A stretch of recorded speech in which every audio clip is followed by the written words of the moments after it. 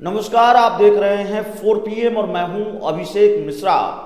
पूर्व केंद्रीय मंत्री और राष्ट्रीय लोक जनशक्ति पार्टी के राष्ट्रीय अध्यक्ष पशुपति पारस। भारतीय जनता पार्टी ने पशुपति पारस को निपटाने में कोई कसर छोड़ी नहीं।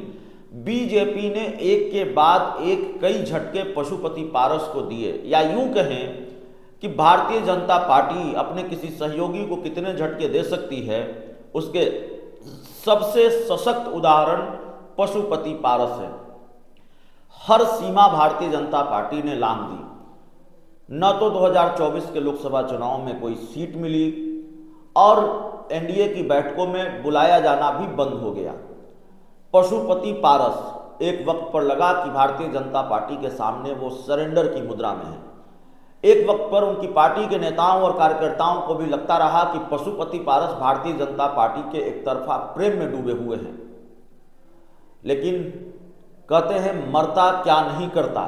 जब पशुपति पारस को लगा कि सब कुछ खत्म हो जाएगा और भारतीय जनता पार्टी के साथ एक तरफा प्रेम उनकी पार्टी के नेताओं और कार्यकर्ताओं को ही रास नहीं आ रहा है, पशुपति पारस ने अपनी पार्टी की मैराथन बैठक बुलाई थी। 2 दिनों तक अपनी पार्टी के नेताओं के साथ मंथन करते रहे। आगे क्या किया जाना चाहिए, 2025 की तैयारी क्या होनी चाहिए। भले ही पशुपति पारस ने न उस बैठक में न अब तक एनडीए से अलग होने का आधिकारिक तौर पर ऐलान किया है, लेकिन भारतीय जनता पार्टी की हवा टाइट करनी पशुपति पारस ने शुरू कर दी है। भारतीय जनता पार्टी पशुपति पारस के इस ऐलान से सहमी हुई है कि 243 सीटों पर उनकी तैयारी है और 243 सीटों पर वो उम्मीदवार उतार सकते हैं।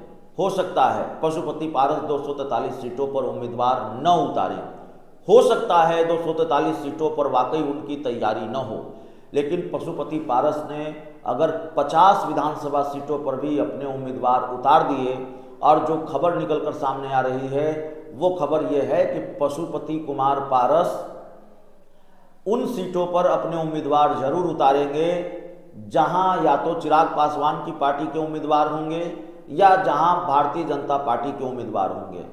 पशुपति पारस ने गियर बदला है।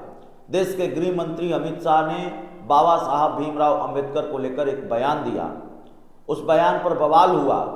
चिराग पासवान और जीतन राम मांझी अमित शाह के लिए, बीजेपी के लिए बैटिंग करते रहे, लेकिन पशुपति पारस ने मोर्चा खोल दिया। उन्होंने सीधा हमला बोला अमित शाह पर, उनकी पार्टी के लोगों ने हमला बोला, पार्टी के प्रवक्ताओं ने हमला बोला और माफी मांगने को कहा गया कि देश के गृह मंत्री अमित शाह को अविलंब देश से माफी मांगनी चाहिए। दरअसल पशुपति पारस की पार्टी का यही स्टैंड बताने के लिए काफ़ी है कि एनडीए से वो रिश्ता नहीं रखना चाहते, भारतीय जनता पार्टी से वो रिश्ता नहीं रखना चाहते।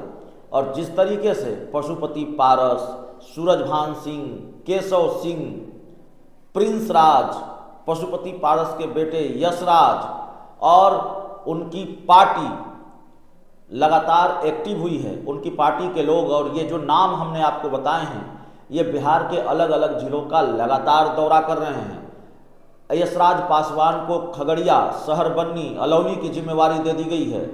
ये जो रामविलास पासवान का पैतृक जिला है, पैतृक घर है, उसके आसपास के विधानसभा क्षेत्रों में यशराज पासवान जो पशुपति पारस के बेटे हैं उनको कैंप करना है, उनको लगातार जनसंपर्क करना है।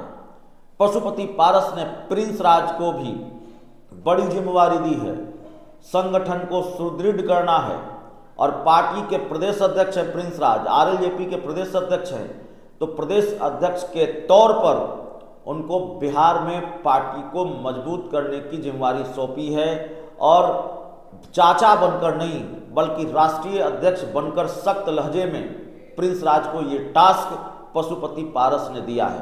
भारतीय जनता पार्टी से 2-2 हाथ करने के मूड में है। खबर यह भी है कि भारतीय जनता पार्टी पशुपति पारस के तेवर से सहमी हुई है। भारतीय जनता पार्टी को शायद ये लगता हो कि पशुपति पारस अपना काम न बना सकें तो हमारा काम जरूर बिगाड़ देंगे, मुकेश सहनी की तरह। जैसे मुकेश सहनी खुद जीत नहीं पाते हों लेकिन भारतीय जनता पार्टी का खेल खराब कर देते हैं, भारतीय जनता पार्टी को भी हरवा देते हैं। तो वैसे ही पशुपति पारस या चिराग पासवान भी उदाहरण है। 2020 के विधानसभा चुनाव में जब चिराग पासवान ने नीतीश कुमार को निपटाने की ठानी, तो उन सीटों पर उम्मीदवार उतारे जहां नीतीश कुमार की पार्टी अपना उम्मीदवार उतार चुकी थी। चिराग पासवान अपना नहीं बना सके, उनकी पार्टी के सिर्फ एक विधायक जीते, वो भी जेडीयू में शामिल हो गए, लेकिन नीतीश कुमार को 43 सीटों पर सिमटा दिया। तो चाचा की भी यही रणनीति है, चाचा का भी यही प्लान है। चाचा कहते हैं, पशुपति पारस से बातचीत हो रही थी, चाचा कहते हैं कि डरकर हारे कि लड़कर हारे, ये बड़ा महत्वपूर्ण होता है। तो डरकर हारना नहीं चाहते, वो लड़कर हारना चाहते हैं। बहुत सारी बातचीत होती है और पशुपति पारस की तैयारी तगड़ी है। अभी हाल ही में प्रिंस राज, यशराज पासवान, सूरजभान सिंह, जो लोक जनशक्ति पार्टी के संस्थापक सदस्यों में से हैं, रामविलास पासवान के बहुत करीबी नेता हुआ करते थे सूरजभान सिंह, जिनके भाई चंदन सिंह सांसद थे। तो सूरजभान सिंह, पूर्व सांसद चंदन सिंह, प्रिंस राज पासवान, यशराज पासवान और पशुपति पारस खुद मोर्चा संभाले हुए हैं।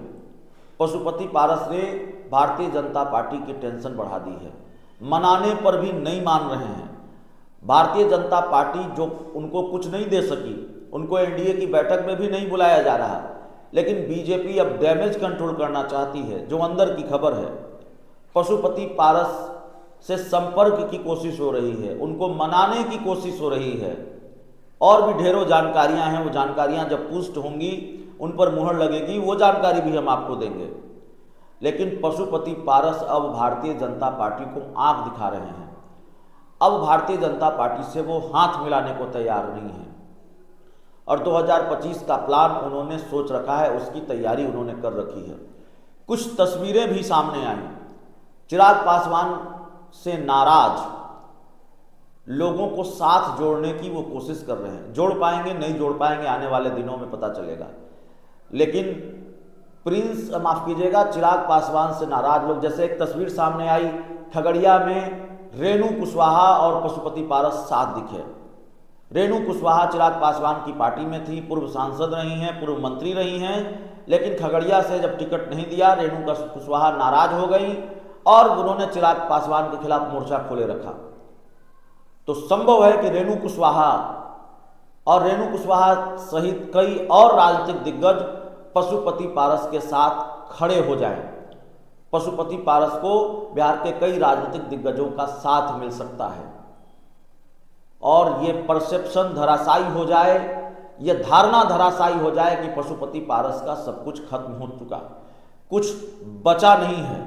क्योंकि जिस तरह से सूरजभान सिंह, केशव सिंह, यशराज पासवान, प्रिंस राज पासवान, खुद पशुपति पारस एक्टिव नजर आ रहे हैं, सक्रिय नजर आ रहे हैं, उसने भारतीय जनता पार्टी की चिंताएं थोड़ी बढ़ा दी हैं। देखिए, पशुपति पारस अपना कितना बना पाएंगे और भारतीय जनता पार्टी को कितना नुकसान कर पाएंगे, ये तो 2025 के विधानसभा चुनाव का नतीजा बताएगा। ये इम्तिहान में वो पास हुए कि फेल हुए, ये तो 25 का नतीजा बताएगा।